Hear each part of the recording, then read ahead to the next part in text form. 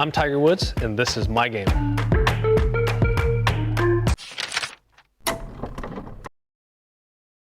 Tiger Woods has changed the game of golf. He's made it popular. He's made it exciting. He's got more viewers tuned in. He was the first person to start working out religiously. So check out his 10 rules for greatness. You know, one thing my father's always told me, I've never lost sight of this. I'll never forget when he said it to me. I was about 5 years old. You know, at the time I was starting to get some media coverage in Southern California, and evidently he didn't want to have it all go to my head at a young age. He says, well, who's going to make the 4-footer for you? I said, there's no one. He says, is the media going to make it for you? No. Am I going to make it for you? No. Mom? No. Your dog? No. And I said, it's me. He says, always remember that. There's no one out there but yourself. You know inside yourself, you know what it takes to win and what it takes to play well. As an athlete, you're always pushing yourself. Look at that power. The best ones push themselves beyond human limits. Oh, jeez. They go through different things that most people are unwilling to do. Brute force right there. We just clobbered it out of there. I happen to be one of those guys that pushed my body and pushed my mind to accomplish the things that I knew I could. I think there are probably two goals that are pushing me right now. One is to get the all-time win record. Only 3 back of Sam on that one, and obviously the major record, 4 back of Jack. But I got to put it in perspective. You know, I've done it for this is my 19th year, and I've had 79 wins. That's a pretty good clip. And the key is to be able to maintain that over the years I want to be able to do this for. I would regret finishing number 2 in either one of those lists if I didn't put the effort that I thought I could have. And I felt that I've done that so far in my entire career. I'm going to continue doing it.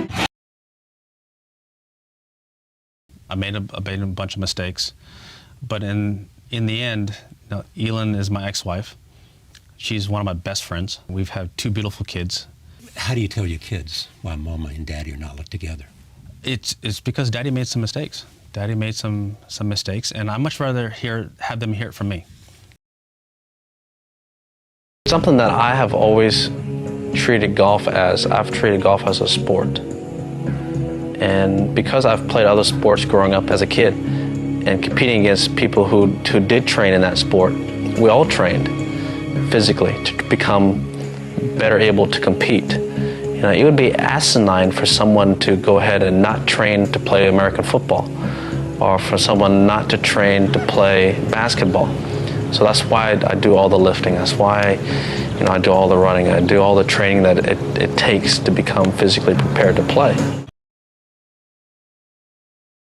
One of the things my dad always taught me is that if you put a lot of effort into it, you're going to get results. But if you don't put any effort into it, you're not going to get any results out of it. But more importantly, you don't deserve any results. So I mean, get out what you put into it. And one of the things that my dad always did when I was growing up, he always kept it competitive and fun. And I love to compete, so he kind of just always fed upon that. And my whole goal, my entire childhood, was to try and beat my dad. Winning was fun. Beating someone's even better.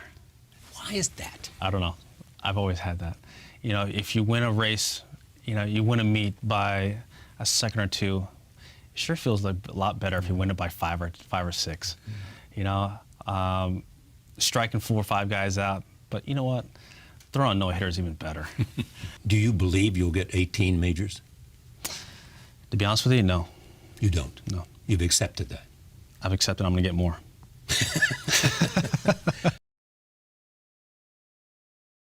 Without the sacrifices of Mom,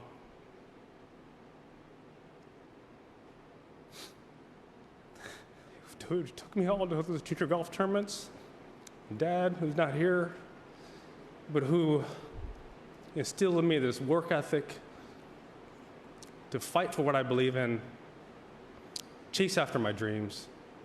Nothing's ever going to be given to you.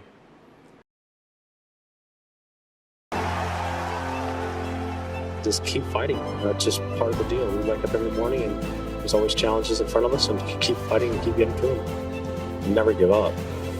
That's the given. You always fight, and that just, giving up's never an equation.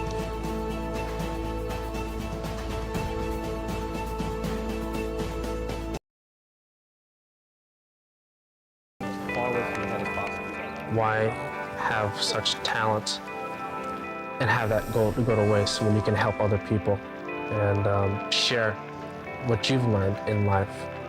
This is something I've always looked forward to and to doing my entire life, is helping out kids, and especially inner city kids, because they've always been told, no, they can't do it, no, you can't do this, you can't do that.